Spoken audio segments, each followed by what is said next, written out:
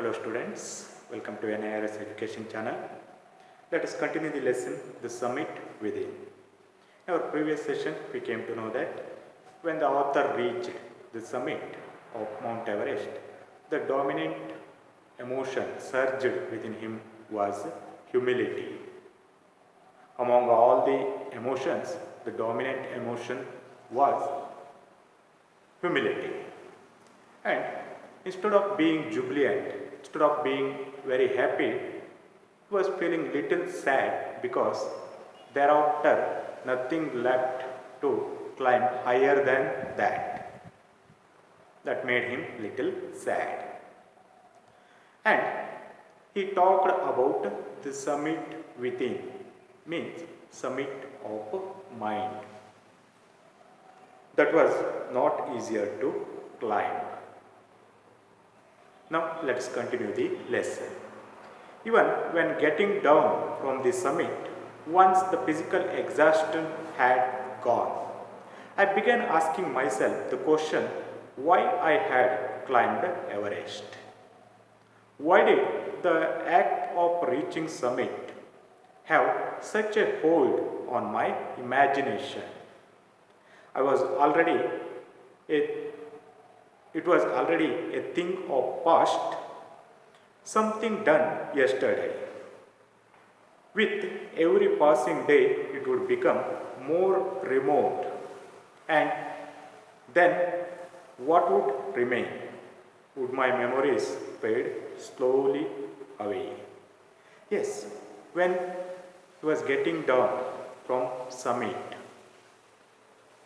once his physical exhaustion had gone, his physical exhaustion means fatigue or tiredness.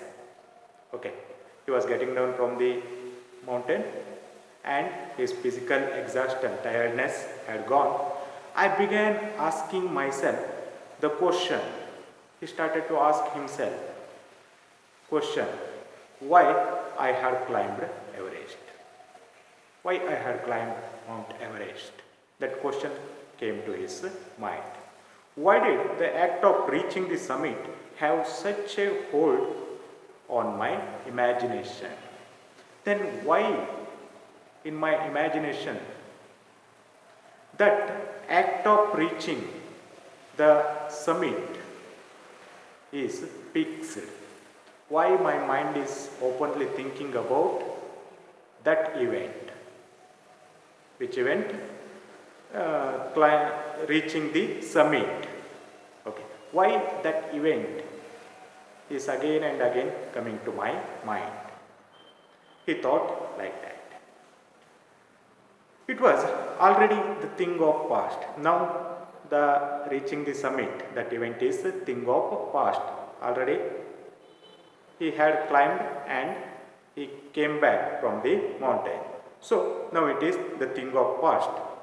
Something done yesterday, that was done yesterday.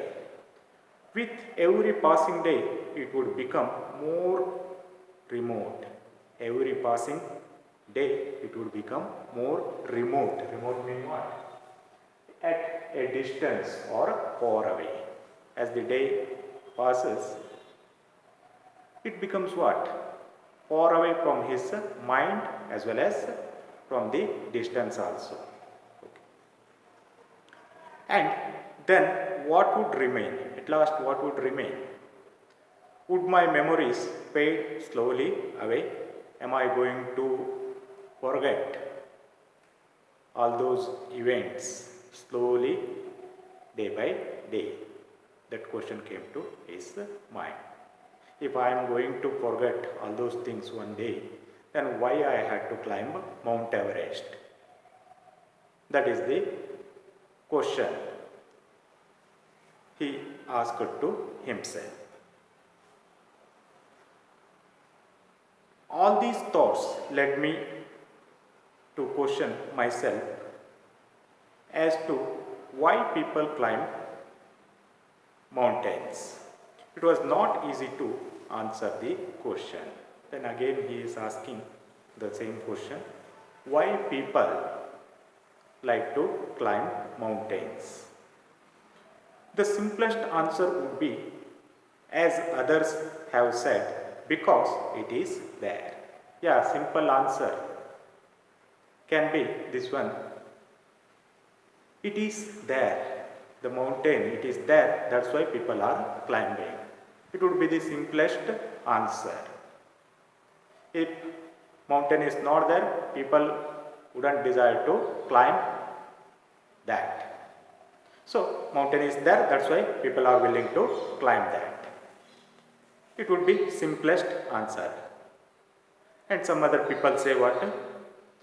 It presents great difficulties. Climbing the mountain presents great difficulties. It is not easy task. It has many difficulties. Man takes delight in overcoming obstacles. It is the human tendency. Man always likes or always takes delight in overcoming obstacles. If the life is very easy one, man doesn't like that. There must be some obstacles, he has to overcome those obstacles. Then he is going to get a kind of delight in it, happiness in it. If the life is very easy one, there is no obstacles, then that life would become very boring one. So usually people, they do not like this kind of easy life. They are interested in obstacles, overcoming obstacles. There should be some obstacles, there should be some difficulties, they have to overcome that. That gives a kind of happiness for them. So deliberately, with intentionally, people climb the mountains, because climbing the mountains means there will be many obstacles. And overcoming those obstacles gives a kind of pleasure to man. A climb to summit means endurance, persistence and willpower. Climbing the summit means what? You have to exhibit all these qualities. What are the qualities? Endurance. Endurance means tolerance. Okay. Endurance means here. Endure means to continue despite obstacles or hardships. Despite of all the obstacles and hardships, continue your journey. That is called endurance. Persistence. Persistence means continuous effort. There should be endurance, there should be persistence, and there should be strong willpower. When you have these qualities, then only you can climb mountains. The demonstration of physical qualities is no doubt exhilarating, as it was for me also. And you have to demonstrate your physical qualities. Okay, physically also you should be very fit enough to climb the mountains.